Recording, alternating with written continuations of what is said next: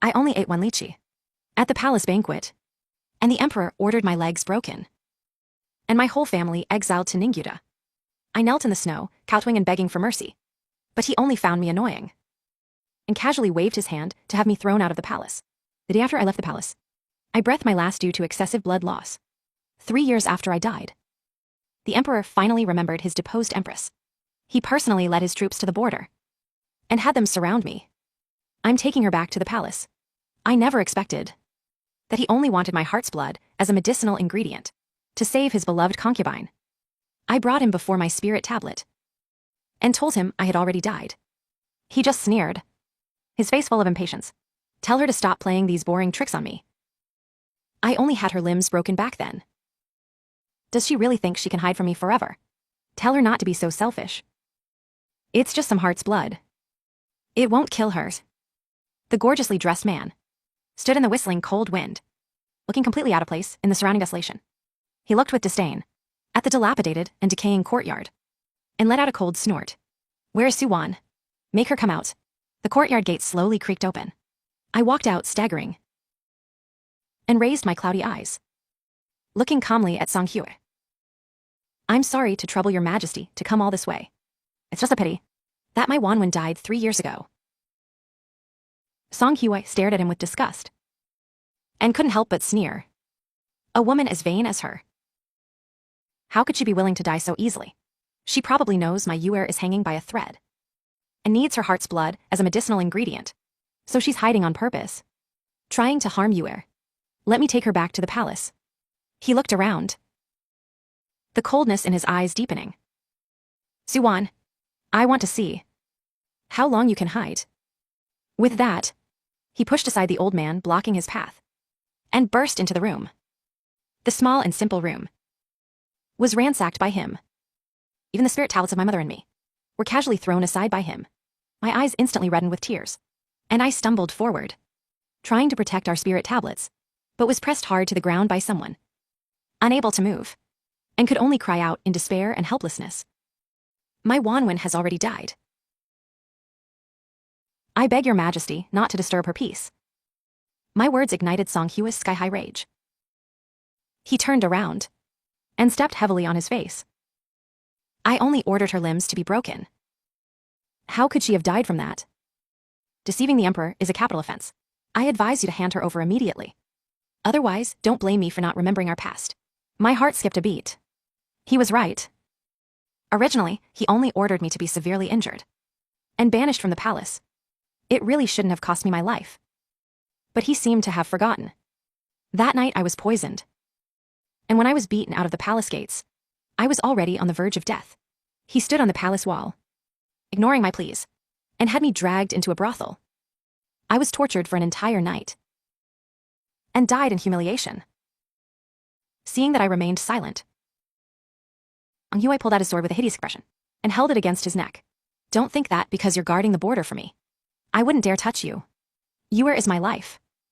For the sake of our past kindness, I'll give you 5 more days. If Suwan doesn't come out after 5 days, I'll have your whole family buried with Yuer. Song Hue looked annoyed and thrust his long sword into my shoulder before leaving with his guards without looking back. Watching his resolute back, I couldn't help but tremble. If my brother hadn't protected him with his life, he would never have been able to ascend the throne. Now, to force me to appear. He didn't hesitate to threaten my whole family's lives. I wished I could appear before him immediately. But unfortunately, I had already died. I pulled out the long sword with trembling hands and knelt on the ground by the wound, burying my face in the mud, and burst into tears. I wanted to help him up and wipe the tears from his face, but my fingers passed straight through his body. Falling into the void, I could only kneel dejectedly beside him, crying with him. I stood up shakily, picked up the spirit tablets of my mother and me, and after carefully wiping them clean, I held them in my arms, a bitter smile appearing on my lips. Wait for me. I'll be coming to join you soon. After a fit of violent coughing, he suddenly spat out a mouthful of blood. Looking at the desolation in his eyes, I knew he didn't want to linger on anymore. Half a year ago, my brother had already contracted a serious illness The reason he was able to hold on until now was just to guard this small border town. The graves of my mother and me were both here. He was afraid that if it fell, we would have nowhere to be buried. I think he must be just like me, regretting every moment. Regretting that back then we gave our all, through wind and rain, to carve out a path for Song Hyue, allowing him to rise to the top. 5 days later, Song Hyue again brought people and surrounded this small country courtyard. But this time, accompanying him was his beloved concubine, Chin Yue. Seeing that there was still only me in the courtyard, Song Hyue frowned, his eyes full of mockery. I didn't expect Suwan to be so cold-blooded. She would rather watch you die than let me take her heart's blood to save Yue. Do you see clearly now what kind of heartless person the one you've been protecting with all your heart is? As long as you bring her to me, I will allow your whole family to return to the capital. If it wasn't for her saying some nonsense about one life, one pair, and causing my Yue to miscarry, I would never have returned evil for good to you all.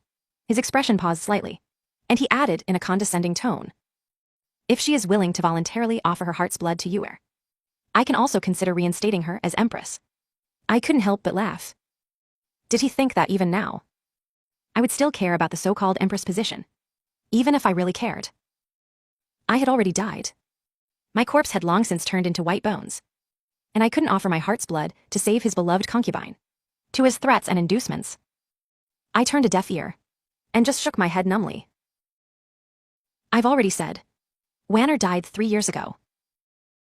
No matter what you do, she has no way to save that woman beside you. Hearing my brother's words, Song Hyue's expression changed instantly. His eyes were as cold as if he were looking at a dead person. My beloved concubine is not someone you can insult at will. Since you are so ignorant of status, then I will teach you a lesson. At Song Hyue's order, the guards beside him immediately brought a bow and arrow. Yue, this old man dared to insult you in public. I will personally teach him to know his place. He sneered and took the bow and arrow, a trace of mockery on the corner of his mouth. I was heartrending, crying and rushing over, wanting to snatch the bow and arrow from Song Hyue's hands. But my hands couldn't touch him at all, and even my shrill cries were blown away by the cold wind. I could only lie helplessly on the ground, watching an arrow shot from Song Hyue's hand, heading straight for me. The arrow hit my eye, and blood instantly gushed out, dripping onto the ground. The pain made my shoulders tremble uncontrollably, but I still had no fear, staring hard at Song Hyue with my only remaining eye. Song Hyue completely lost his patience. He lowered his bow and arrow, and had people drag me before him. He stepped on my heart, as if stepping on an ant. Suwan, don't you really think that by hiding, I have no way to deal with you all? If because of her, I delay Yue's treatment, I will definitely make you pay a painful price. Seeing the emperor's rage, for a moment, no one dared to speak out to dissuade him. Su Yue, who had been hiding behind Song Hyue, just happened to throw herself into his arms, hugging his neck and crying like rain. Your Majesty, Sister Wan must hate Yue. That's why she refuses to appear. Your Majesty, don't blame Sister Wan. It's just Yue's lack of fortune that I cannot accompany you for long. Even if I die, Yue wants to die in your arms. Looking at Chin Yue's pitiful appearance, a flash of heartache crossed Song Zhen's eyes. He pulled Chin Yue into a tight embrace. He affectionately stroked her nose with a doting look. Yue, don't talk nonsense. I won't allow you to die. The divine doctor said, Su Wan is destined for greatness. Her heart's blood can cure all diseases. I will search the ends of the earth to find her and make her cure you. Chin Yue leaned into Song Hyue-chun's arms with red eyes. Her eyes were wet with innocence, looking at him with deep affection. I couldn't help but laugh coldly. The so-called destiny of greatness was nothing but a lie fabricated to help him ascend the throne. He wasn't unaware of this, but he still acted like a desperate man seeking a cure, wanting to take the flesh from my heart. Only I knew, beneath Chin Yue's harmless facade, lay a heart so sinister and vicious. She poisoned my unborn child and framed me to be beaten out of the palace, but that wasn't enough. She even chased me to the border, wanting to put me to death. Yet in the heart of my husband, who stands above all, I am the vicious, snake-hearted woman. I wiped the blood from my face and let out a cold laugh. It's been 3 years. I wonder if your majesty has felt a moment of regret. In the dead of night. Have you felt even a shred of guilt for Wanwen? Hearing this, Song Hyechun's face turned livid. He grabbed my hair and pulled the arrow straight out of my body. I couldn't help but wail in agony. But it didn't stir a shred of pity in Songjan. What do I have to regret? Woman as sinister and vicious as her. She, that I didn't punch her severely, was only out of consideration for our past. Now that I am willing to let bygones be bygones and allow her to return to the palace, shouldn't she be eternally grateful? Crawl to me on her knees and offer her heart's blood to save my beloved concubine. I looked at his face, which was twisted with rage, and a monstrous hatred suddenly rose in my heart. Not long after Songjun ascended the throne, Su Yue and I were both found to be pregnant. At that time, I was the empress, while she was merely a lowly maid by my side. I don't know when she climbed into the emperor's bed, but for the sake of my unborn child, I chose to accept it all in silence. Disappointed by the illusory nature of love, my only hope was to safely give birth to my child. But even this humble wish was personally destroyed by Song Hyechun. 3 years ago, Jin Yue came to my palace to pay her respects. Within the time it takes to drink a cup of tea, she clutched her stomach and collapsed on the ground. A large pool of blood spilled from beneath her. I was terrified and at a loss, hurriedly ordering someone to call the imperial physician. But it was too late. By the time the physician arrived, she had fallen into a coma. I stayed by her bedside day and night, caring for her for 3 whole days. The first thing she did when she opened her eyes was to accuse me of poisoning her to cause a miscarriage. Song Hyechun was furious, immediately ordering a bowl of poison to be brought, and personally forcing it down my throat. I was in such agony, rolling on the ground, as blood stained my entire body. I was bleeding from my 7 orifices, convulsing uncontrollably. My brother, who had heard the news, couldn't help but have red eyes. He held me in his arms with trembling hands, questioning how Song Hyechun could bear to treat me this way. My brother, in his rage, accused Chen Yue of framing me, was immediately ordered by the furious Song Hyechun to be beaten to death on the spot. I watched as my brother was beaten to death right before my eyes. At that moment, I lost all hope. I hugged Songjun's legs, begging him to put me to death. He kicked me away with disgust. You killed my child, and you think you can just die to end it. It's not that easy. I will make you suffer every torment to vent the anger for my beloved concubine and my child. He had someone bring a whip, and after personally wounding my hands and feet, he had them drag me to the lowest brothel in the capital. Hearing that I was the empress, countless people broke down the brothel's doors. Those filthy men restrained me and whipped me with saltwater-soaked lashes. Afraid I would commit suicide, they used foul-smelling rags to stuff into my mouth. Countless people wantonly humiliated me. That night for me was like a living hell. By the time my mother found me, I was covered in wounds, with not a single intact piece of skin on my body. My mother held my corpse, weeping bitterly, when I wasn't looking. She slammed her head against a pillar. I held my mother's corpse in mine, crying until my heart felt like it was breaking. He knelt outside the palace gate for 3 whole days, trying to get justice for me. But the husband I had loved for 15 years was busy comforting his beloved Qin Yue, and wouldn't even see me. By the time my corpse was brought back to the border, it was already rotting. Songjun said, "How could you possibly die?" But in that situation, how could I have survived? Watching his crazed appearance, the light in my eyes faded away. Wanwen was right. You truly have no heart. She said the thing she regretted most in this life was falling in love with you when she was young and naive. Aren't you looking for her? Open your eyes wide and look clearly. Her spirit tablet is right there. Song Hyechun's gaze followed my pointing hand, looking toward the center of the room. When he picked up the tablet with my name on it, he stood there stunned, a flash of doubt crossing his eyes. Behind him, Qin Yue suddenly covered her mouth and began to cough theatrically. When Song Hyechun turned back, she clutched a blood-stained handkerchief and fell perfectly into his arms. Your Majesty. Back then, Sister Wanwen suffered many grievances because of me. Please promise me. No matter what she does, don't blame her. Will you? Her understanding demeanor looked exceptionally pitiful. But Songjun didn't know that the blood-stained handkerchief was just something she had prepared in advance. And although she was pleading for me in every sentence anyone could hear, she was implying that I was hiding on purpose and refusing to save her. Sure enough, Song Hye-chun's softened expression immediately turned angry. The look he gave me was also tinged with hatred. You don't actually think that making a fake talent would trick me into believing she's already dead, do you? Guards, bring a torch.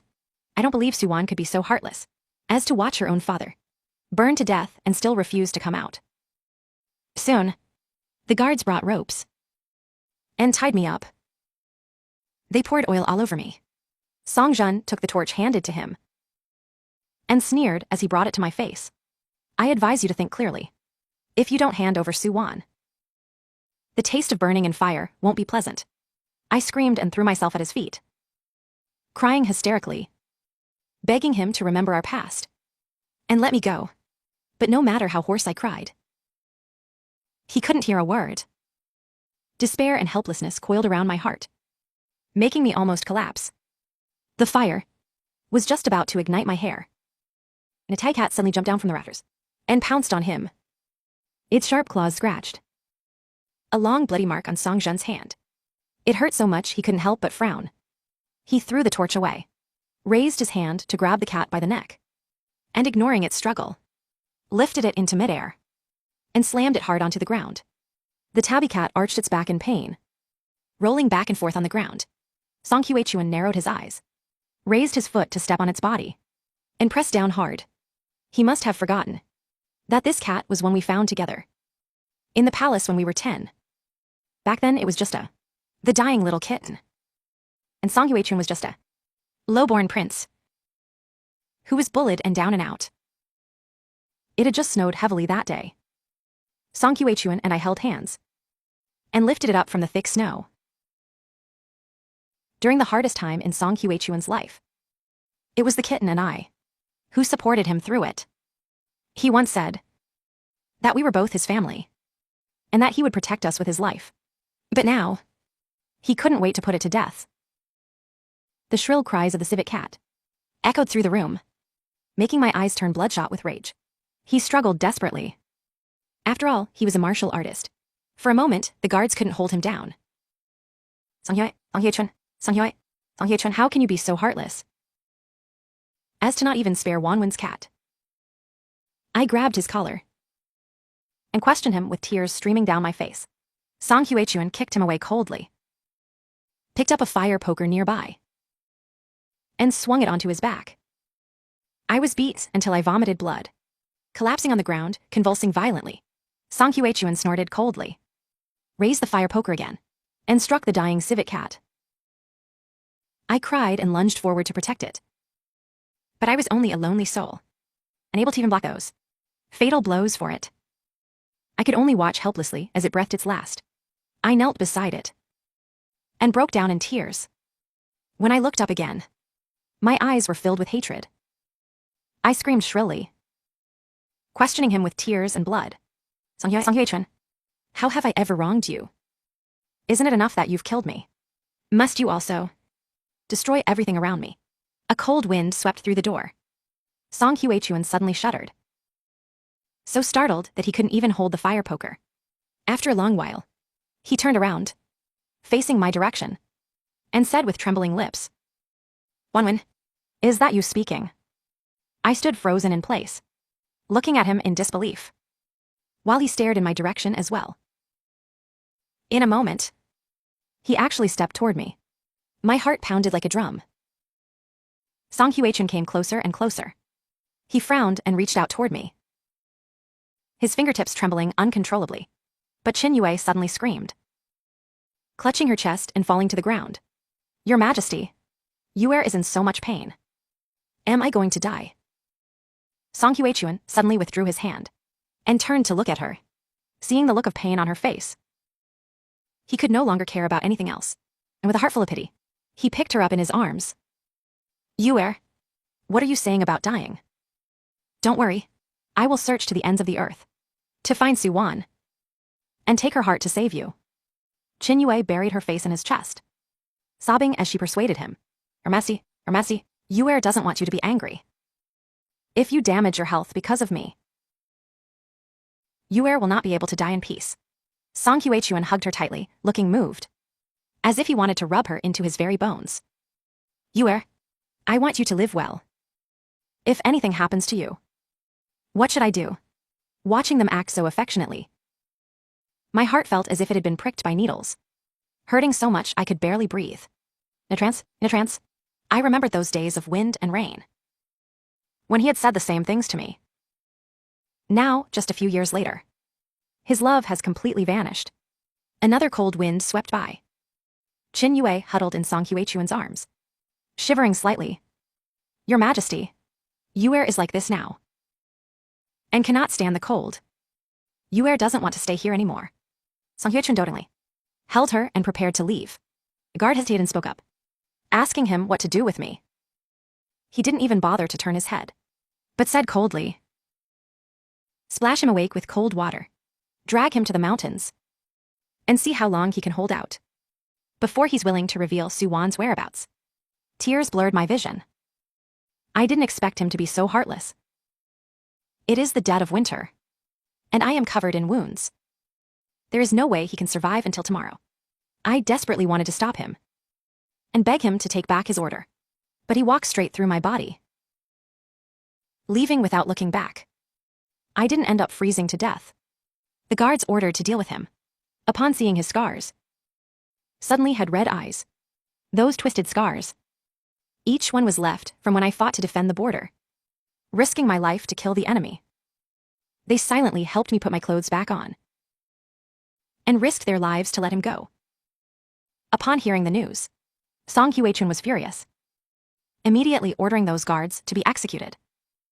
To find my whereabouts, he even sent his most elite troops, who searched this small city inside out. They searched several times, but still found no trace of me. Even I had lost my trail. Without timely treatment, Qin Yue lay on her sickbed dying. Song Huichuan was as anxious as an ant on a hot pan, punishing several generals in his rage. Unfortunately, no matter what methods he used, he couldn't find me. After all, I had long since turned into a skeleton, lying alone in the dark underground. Just as Song Huichuan was becoming increasingly irritable, the guards sent to find me returned. Your Majesty, Suwan bought a lot of food and went to the barren mountains outside the city. Song Huichuan's eyes lit up, a mocking smile curling at the corner of his mouth. I knew it. This old man wouldn't bear to see Suwan suffer. Quick, send people to follow him. He turned around, hugging Qin Yue tightly, tears of excitement falling. Don't worry, Yue. Once we find that woman Suwan, I will immediately have someone take her heart to save you.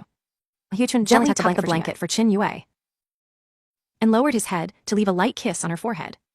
When he stood up, a cold light flashed in his eyes.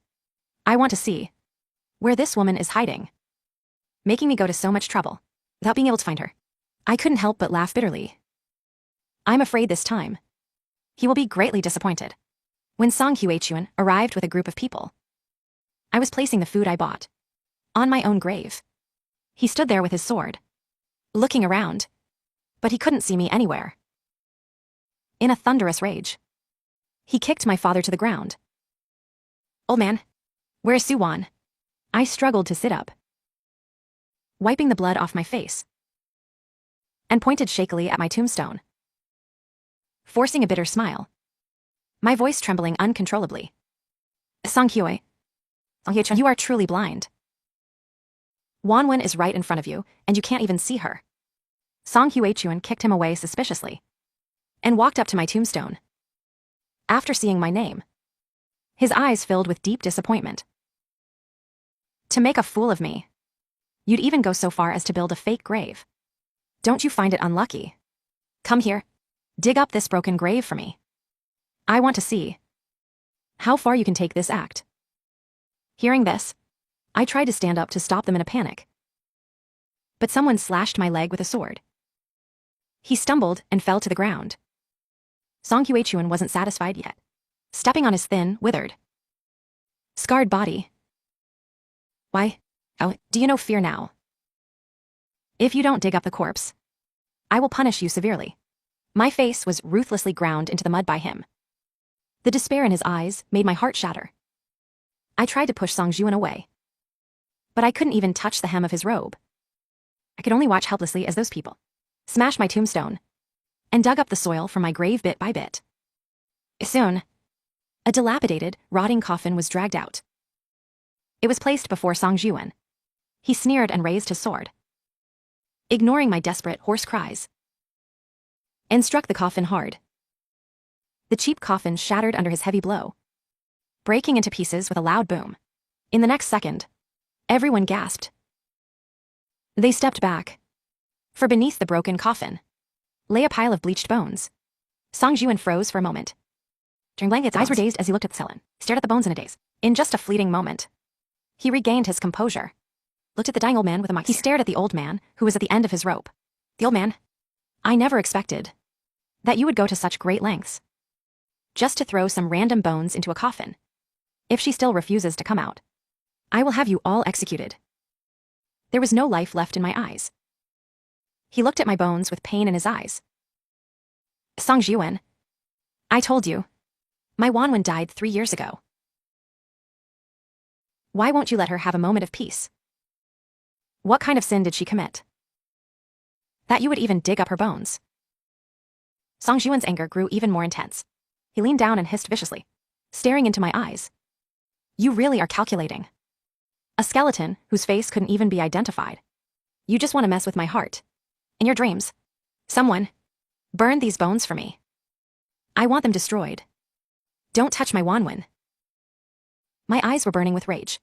Father clawed at the dirt, trying to crawl over to protect me. His 10 fingers were dripping with blood, but he couldn't move an inch. The moment the furnace was set up, my heart turned to ash. He was so frustrated that he slammed his forehead against the ground. He muttered to himself, Wanwen, my daughter. It's useless. It's useless. Even your final dignity, I couldn't protect. I must have been blind to have never agreed to let you marry this heartless thing. And I shouldn't have risked my life to help him ascend the throne. The mountains echoed with my cries of blood. Even the guards were moved. They were secretly wiping away tears. Only Song Hye-chuan remained unmoved. He watched all of this with a blank expression. Light the fire. Flames ignited, rain flames ignited, roasting my bones, along with my heart, burned beyond recognition. I watched the fire calmly. So after the heart dies, it really won't ripple ever again. Song Hye-chuan stared at them. The bones gradually turned charred black. He suddenly frowned. He walked quickly to the furnace. He lowered his head to examine them, the fingers that hadn't been burned yet.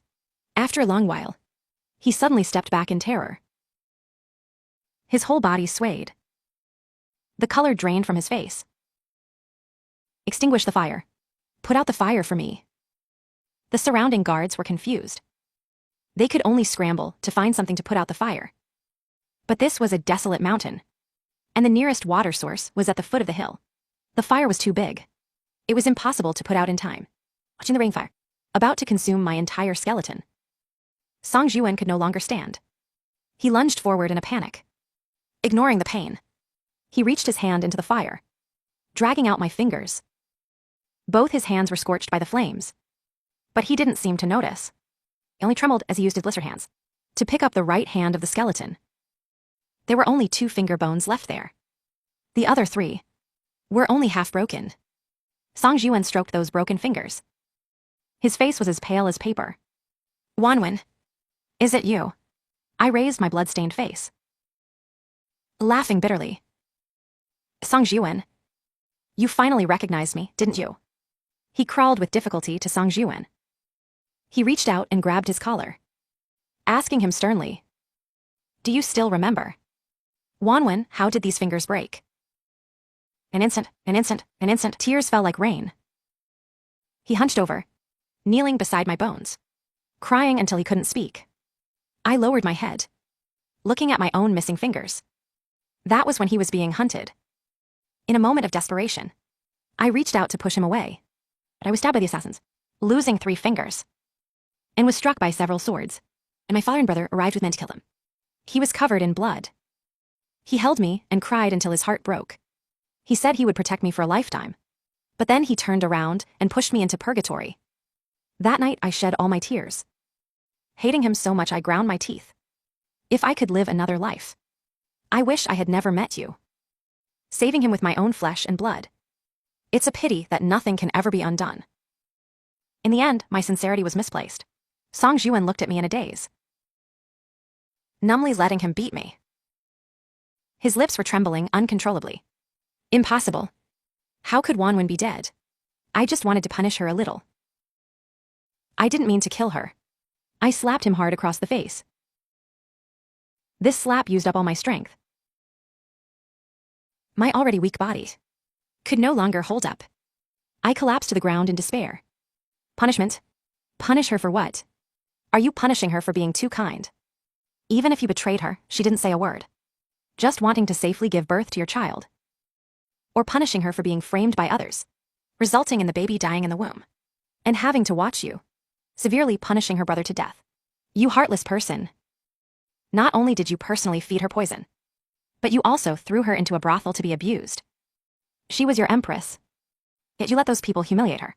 There wasn't a single piece of good flesh left on her body. After saying the last word, I couldn't hold on any longer. I rolled my eyes back and fainted from crying. Song Jian also felt the world go black. He swayed, nearly fainting. The guards wanted to help him up, but he shouted at them to stop. He held my bones as if they were some precious treasure, carefully holding my bones in his arms. Behind him, Su Yue was being helped over, looking weak. She stumbled over. She called out to Song Jian gently, but he acted as if he didn't hear her, even when she tried to get close. He pushed her away with his hand. Qin Yue had never been treated with such grievance. She sat on the ground in a daze. Her eyes were filled with tears. Your Majesty, Wanwen stayed in the brothel for a night. Maybe she died from catching some disease. Please let go. Be careful not to harm your royal body. Hearing this, Song Jian raised his head, staring at her with his eyes. He roared at her through gritted teeth. You die for me.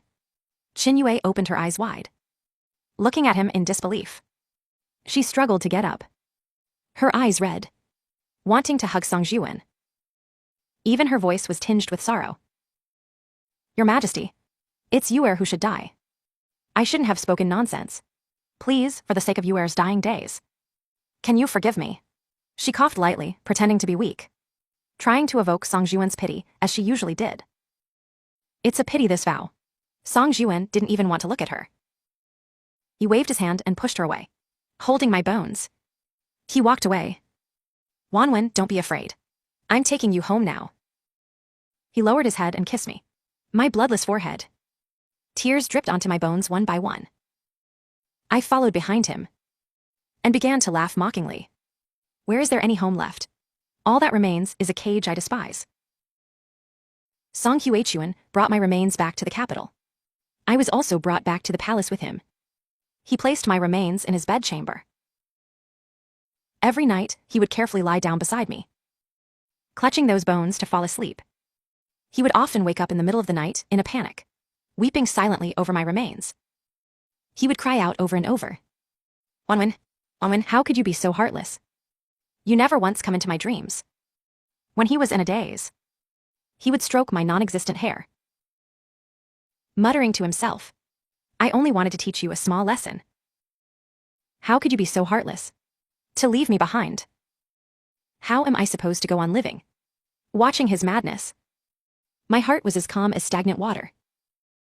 Song Huichuan, the truly heartless one is you. We have known each other since we were young. 15 years have passed. Even a dog would have been tamed by now. Yet you never felt a shred of love for me. You made my life worse than death. After the final night, Song Huichuan stopped eating and drinking. His spirit began to wither away. In just half a month, he looked as if he had aged 10 years. Dark circles appeared under his eyes, and he became so thin that he looked like a skeleton. Qin Yue knelt outside his bedchamber, begging to see him, but he refused to see her at all costs, leaving her in the freezing snow until she fainted. When the imperial physician arrived, Qin Yue's lips were blue, and her face was deathly pale from the cold. To everyone's surprise, the physician discovered she was pregnant. When Qin Yue came to report the good news, Song Huichuan was placing my remains in front of a bronze mirror, holding a wooden comb, trying to comb my hair. His crazed appearance terrified her, but he found Qin Yue's screams annoying and ordered her to be given 50 strokes of the cane. The maid beside Qin Yue couldn't help but plead for her. "Your Majesty, the imperial concubine is pregnant. I fear she cannot withstand such punishment." Song Huichuan didn't even lift his eyelids, saying coldly, "Fine, then feed her a bowl of abortifacient first." Qin Yue was pale with terror, crying as she tried to grab his legs. And in her panic, she knocked over a chair. My remains crashed to the floor, and the already brittle skeleton shattered into countless pieces. Song Huichuan's expression changed, and he lunged to the floor, frantically trying to use his hands to put my skeleton back together. But it was all in vain. He collapsed on the floor, wailing loudly at the pile of broken bones. "My Wanwen. Qin Yue, you woman. You wouldn't even spare my Wanwen's remains. Guards, severely punish this wicked woman." Qin Yue was beaten to within an inch of her life. Her shrill screams echoed through the bedchamber, lingering for a long time. She sobbed, begging for mercy. "Your Majesty, Sister Wanwen is already dead. Do you want Yue to follow in her footsteps?" Song Huichuan regained his senses, pushed away the guards, and spared Qin Yue's life. Looked at the blade Qin Yue with a dark gaze, and said, "The only reason I'm sparing you is because I don't want Wanwen to think I'm too cruel." Guards, drag Qin Yue to the cold palace. Without my orders, no one is allowed to treat her. After Qin Yue was dragged away, Song Huichuan returned to his dazed, foolish state. He pieced my scattered skeleton back together bit by bit, then lay on the floor, reaching out to hold my broken finger bones. "Wanwen, does it hurt? I will stay with you forever, and never let anyone hurt you again, okay?" How ridiculous. When I was alive, he hurt me the most. Now that this deep affection has come so late, why would I care for even a bit of it? For several days, he lay on the cold floor, and even after catching a cold, he refused to get up. His condition worsened day by day, and he began coughing up blood all day. Batch after batch of physicians came, but none could cure him. The officials were nearly driven mad with anxiety. In desperation, they begged my brother, who was still alive, to persuade Song Huichuan. But I did not do as they wished, and urged Song Huichuan to pull himself together. He struggled to walk into the bedchamber, leaning against the door, looking at Song Huichuan with disdain, and said only one sentence. "Song Huichuan, at this point, are you still unwilling to give Wanwen justice?" My words woke him up. He struggled to his feet, stumbling toward the cold palace. In the cold palace, Qin Yue was covered in filth, crawling on the floor, gasping for breath. Her wounds were festering and oozing pus because no one treated them, emitting a foul stench. When she looked up and saw Song Huichuan, a glimmer of joy flashed in her eyes, and her voice was as coquettish as ever. "Your Majesty, you finally came to see Yue. Yue is in so much pain." She probably still thought Song Huichuan had come specifically to see her. Song Huichuan sneered, stepped on her wounds, and asked her with a ferocious expression, "You wicked woman, was it you who framed my empress?" Qin Yue shrank back in terror, shaking her head frantically. "No, it was Su Wan who poisoned me." She thought Song Huichuan would still believe her as before, but she was wrong. Song Huichuan sneered and grabbed her by the throat. "Woman, how dare you lie? Do you think I'm still easily deceived by you? I want you to suffer every bit of pain that Wanwen endured." At Song Huichuan's command, the guards came over and pinned Qin Yue's limbs down. With a twisted expression he took the whip handed to him by the guard, and severely wounded Qin Yue's hands and feet, just like I had been. Qin Yue screamed and rolled around in agony. Guards! Take her away and throw her into the beggar's den. Qin Yue was too terrified to even sob, struggling to crawl to Song Huichuan's feet. But before she could touch him, she was beaten unconscious and dragged away. Waiting for her would be a fate even more miserable than mine. Those filthy beggars would torture her to death. Song Huichuan snorted coldly, without looking at her again, and swept away. After returning to the bedchamber, Song Huichuan began lying beside me all day again. I stared at the face I had loved for 15 years, but now I felt nothing but disgust. 3 days later, the guards brought news. Qin Yue had been tortured to death. Her death was far more miserable than mine. Those beggars tortured her to death. After she died, she was thrown into a mass grave and gnawed to pieces by wild dogs. Song Huichuan just chuckled, showing no further reaction. He was already terminally ill and didn't even have the strength to get up. I thought he would die of illness, but he didn't. After several days of delirium, the officials could no longer stand it and were determined to elect a new emperor. Song Huichuan had no heirs. During the struggle for the throne, he had eliminated his own siblings. The only one left was an illegitimate son of the late emperor who had been living among the commoners. He looked down on this lowly bloodline and paid no attention to him. I didn't expect the officials to have found him, preparing to push him to the throne. When news of the officials pushing for a new emperor spread through the palace, Song Huichuan was huddled on the floor covered in brocade, clutching a pile of incomplete bone fragments tightly to his chest. He suddenly lifted his head, his haggard face covered in grime, his murky eyes bursting with a beast-like glint. Who dares? I am the emperor ordained by heaven. You dare to install a new ruler before I'm even dead?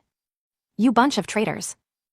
He struggled to get up, but having gone without food or water for days, and suffering from a severe cold, he fell heavily back to the ground as soon as he tried to lift his torso. His chest heaved violently, coughing up a large mouthful of dark red blood. The guards stood outside the hall, looking at each other in dismay. None dared to step forward to help him. They had long since seen through this emperor's cruelty and remnants of power. Now they only prayed for the new ruler to ascend the throne soon, to bring peace back to the world. Song Huichuan, seeing no response, roared like a madman. All of you, get in here. I will deal with you all. Deal with that bastard son. He reached out his trembling hand, trying to grab the sword by the bedside, but his fingertips only touched the cold air. Instead, he clutched a blood-stained finger bone. Wanwen, do you see? They all want to betray me. Only you will never leave me. Help me. Help me deal with them. I floated above the palace beams, watching his hysterical state with cold eyes. My heart felt not a ripple, only endless mockery. Back then, he purged his own kin, stepping on the blood of his father and brothers to ascend the throne, now abandoned by all. It is merely the cycle of karma. Retribution is swift. Song Huichuan, seeing no one paid him any mind, struggled to crawl toward the brocade box holding the bone fragments, adding all the broken bones carefully into his arms, as if holding the most precious treasure in the world. Wanwen, let's go. I will take you away from this filthy place, to a place where there are only the two of us. He stumbled out of the bedchamber, his thin dragon robe flapping in the cold wind, his hair sticking to his face in disarray. Where was there any trace of imperial dignity left? The guards behind him hesitated for a moment, but eventually bit the bullet and followed him. In the square outside the palace, Zhao Heng was discussing the relocation of the capital with the officials. This illegitimate son of the late emperor, dressed in dark casual robes, standing tall and straight, his brows and eyes carrying the same composure and determination as the late emperor. Hearing the commotion behind him, he turned slowly, seeing the crazed Song Huichuan. His eyes remained calm. Song Huichuan held the brocade box, as if holding a lifeline, staring fiercely at Zhao Heng. You despicable bastard. How dare you covet my empire? He suddenly threw the brocade box at Zhao Heng. The bone fragments inside scattered all over the ground. I looked at those bone pieces, gleaming coldly in the sunlight. A chilling sensation rose in my heart. Unable to find peace in life. Even after death, the bones are not whole. Zhao Heng stepped aside to avoid it, looking at Song Huichuan with a calm expression. Your Majesty, you are terminally ill, unable to govern. Abdication is the will of the people. I implore your majesty to reconsider. Song Hye-chuan laughed in fury. Reconsider? I will have you all buried with Wanwen. He suddenly pulled a dagger from his robes. That was the one I had personally crafted for his self-defense. On the scabbard were still carved our initials from our youth, now used by him to point at the officials. The guards, seeing this, immediately stepped forward to subdue him. The dagger fell to the ground, making a crisp sound. When Hye-chuan was dragged back to the palace, he was still muttering curses. You ungrateful wretches. If it weren't for me back then, would you have the wealth and status you have today? His throat was parched. He slumped to the ground, his gaze falling on the scattered bone fragments. Suddenly he began to wail. Wanwen, I'm sorry. I was wrong. I shouldn't have listened to that vixen. I shouldn't have betrayed you. Won't you come back? Come back. I will give you everything. He crawled over, with his blistered hands, carefully picking up the bone fragments one by one, wiping the dust off them with his sleeves. His movements so gentle, as if afraid to disturb the sleeping me. I learned that Song Hye-chuan was under house arrest, and forced myself to visit despite my illness. His wounds had not yet healed. His face was pale as paper, every step pulling at his wounds. Seeing Song Hye-chuan in this state, he just stood coldly at the door, his eyes full of disgust and sorrow. Song Hye-chuan, do you know you were wrong now? But my Wanwen, the souls of my entire Sioux family, can never come back. Song Hye-chuan lifted his bloodshot eyes, clutching at a straw, desperately, grabbing my sleeve. I beg you to find a way to bring Wanwen back. I am willing to do anything. I shook his hand off. With that force, that Song Hye-chuan stumbled back a few steps. It's too late for anything you do. Wanwen's life, my child's life, my wife's life, we're all buried by you. A heartless person like you should spend the rest of your life in loneliness. Song Hye-chuan's condition worsened day by day, lying on the bed all day, sometimes clear-headed, sometimes delirious. When clear, he would repent to the assembled bone fragments, recalling every bit of our use. The promises made under the peach blossom tree, the mutual support during the war, the tenderness he had long forgotten. When delirious, he would think I was still by his side, softly calling my name, reaching out to touch my cheek, but only touching the cold air, immediately falling into deeper madness. A few days later, news came from the palace. Song Hye-chuan could not even swallow water. His breath was faint.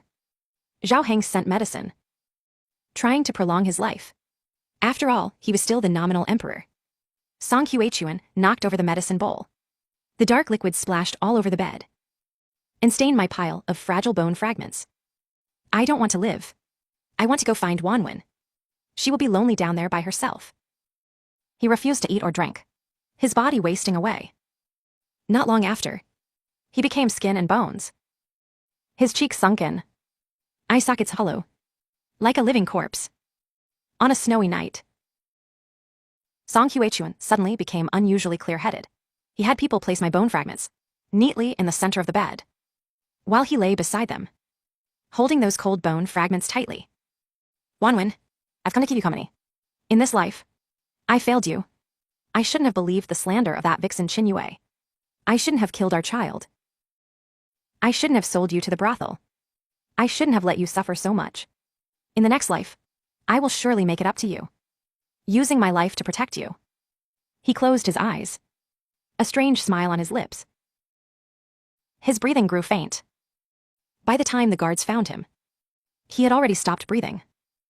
His arms were still tightly clutching that pile of broken bones. His knuckles turned white from the strain. After Song Hye-chuan died, Zhao issued an order to bury him with the rights of a feudal prince, forbade him from entering the imperial mausoleum. He was buried on a desolate mountain on the outskirts of the capital, with no tombstone, no incense, and not even any burial goods. Just as he had treated me while he was alive, cold and heartless. When I heard the news of Song Hye-chuan's death, I only said calmly, he got what he deserved, and never mentioned that name again.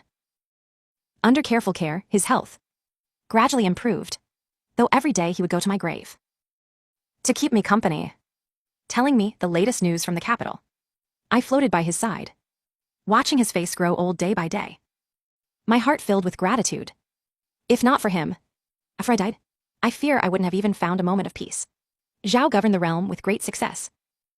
He abolished the heavy taxes, were in place during Song Yuchun's reign, encouraged agriculture, and severely punished corrupt officials. He even personally went to the border to comfort the loyal officials and generals exiled by Song Yuechun. The people lived in peace and contentment, and the country grew increasingly prosperous. A year later, I passed away peacefully in my sleep. Before he died, he held my mother's spirit tablet tightly, a satisfied smile on his face, as if he saw our family reunited. Zhao followed my final wishes and buried him with my mother, right beside my grave. The 3 graves stood side by side, as if our family of 3 had never been separated. I kept watch by the 3 graves, watching the seasons change, the flowers bloom and wither. My heart finally found peace. Those past hatreds and wounds all slowly faded with the passage of time. Suddenly, one day, a golden light descended from the sky, enveloping my grave. I felt my soul gradually solidifying. No longer in an ethereal state, an old man appeared before me, dressed in Taoist robes, with the air of an immortal, his expression filled with compassion. Suwan, you were kind your whole life, yet you suffered great tragedy. Heaven remembers your father and brother's loyalty, and your deep merit. I grant you rebirth, to return to the age of 15. Are you willing? I was stunned. Rebirth. Can I live again? Can I change those tragic fates? The old man nodded. You only need to close your eyes and open them again, and you will return to before it all began. All regrets can be mended. I closed my eyes, my heart filled with mixed emotions. Excitement, longing, and hope for the future. When I opened them again, I found myself lying in my familiar bedroom. Sunlight streamed through the window, warm and cozy. The air was filled with the faint scent of peach blossoms. I made Sayato walked in carrying a bowl of lotus seed soup. Seeing me wake up, her face lit up with a joyful smile. Miss, you're finally awake. Young Master Song has been waiting outside the manor for a long time, saying he wants to take you to see the peach blossoms outside the city. My heart tightened. Song Huichuan, the man I hated for a lifetime. He had come after all. But this time, I would never repeat the same mistakes. I tidied my clothes and went to the front hall, seeing Song Huichuan in a green robe. His features handsome, his eyes clear, still the same down and out, yet spirited prince from back then. When he saw me, a gentle smile appeared on his face. Wanwen, you're finally here. Let's go quickly. The peach blossoms outside the city are in full bloom. I looked at him coldly. Young Master Song, men and women should keep their distance. Please conduct yourself with propriety. Between us, there is nothing. Song Huichun was stunned, seemingly not expecting this attitude from me. Wanwen, what's wrong? Didn't we agree to go see the flowers together? You used to love peach blossoms the most. I turned to leave, not wanting to entangle myself with him further. Song Huichun chased after me, grabbing my hand. Wanwen, did I do something wrong? Tell me. I forcefully shook off his hand, such strength that he stumbled back a step. Song Huichun, I have no deep connection with you. Do not come looking for me again. After saying this, I walked quickly into the inner courtyard, closed the door, and shut him out. I knew, in this life, I would live for myself, live for my mother, and live for my brother. I would never again pay a painful price for so-called love. In the days that followed, I devoted myself to learning. Not only did I study poetry and books, but I also followed my father to study military strategy, and followed my mother to learn how to manage the household. I wanted to make myself strong, capable of protecting myself and my family. Song Huichun did not give up, still coming to see me often, sending me precious jewelry, reciting poetry for me, and even waiting outside my manor all night. But I remained cold and distant toward him. As time passed, he gradually lost his patience. He no longer appeared frequently. He would only occasionally silently watch me from the shadows. His eyes complex. A few years later, I had grown into a graceful young woman, relying on my exceptional intelligence and the Su family's connections. I had gained a reputation in the capital. Many noble sons wanted to marry me, including the heir to the Duke of Zhen's manor. Shen Yan. Shen Yan and I had known each other since childhood. He was gentle and refined, talented and brilliant, and more importantly, his character was upright, and he had a righteous heart. I thought highly of him too, often inviting him to the manor as a guest. Shen Yan was quite fond of me, often finding opportunities to meet me. He respected my thoughts, supported my endeavors, and never forced me to do anything. At a palace banquet, I saw Song Huichun again. He had already been named Prince Hue by the late emperor, his power growing. Beside him was a pretty woman, who was none other than Qin Yue. At this time Qin Yue was still an inconspicuous palace maid, but she had already revealed her seductive nature, clinging to Song Huichun's side. When Song Huichun saw me, a flash of amazement and unwillingness crossed his eyes. He wanted to come forward to speak to me, but was blocked by Shen Yan, who did so discreetly. Prince Hue, Miss Su is a dear friend of mine. I ask that your highness conduct yourself with propriety. Song Huichun's face darkened, but hindered by Shen Yan's status, he could only leave resentfully. After the banquet ended, Shen Yan took the initiative to come and talk with me. We chatted about everything from poetry to statecraft. The more we talked, the more we clicked. I realized that he was not only highly learned, but also cared deeply for the world. He was a man worth entrusting my life to. Shen Yan's feelings for me grew stronger. On a day when the peach blossoms were in full bloom, he proposed to me in the peach orchard outside the city. Wanwen, I know you have been through a lot, but I promise you, in this life I will love only you and protect only you, no matter what difficulties we encounter. I will always stand by your side. I looked into his sincere eyes. My eyes filled with tears of emotion. I nodded. I said, I do. I do. On the day of our wedding, the ceremony was grand, yet not extravagant. Shen Yan wore his wedding robes, came to the Su family home in person to collect his bride. He held my hand and said tenderly, Wanwen, for the rest of our lives, I will ensure your safety. I leaned into his arms, feeling the warmth of his palms, my heart full of happiness. In this life, I have finally found the one who truly loves me. After we were married, Shen Yan pampered me in every way. He supported me in opening a school for girls, giving more women the chance to read and write. I also used my own talents to help Shen Yan manage family affairs and work for the welfare of the people. We, as husband and wife, were of one heart and mind, deeply loved by the people and respected by all the officials. When Song Zhenchuan learned that I had married Shen Yan, he was consumed with jealousy and repeatedly sought opportunities to make things difficult for Shen Yan.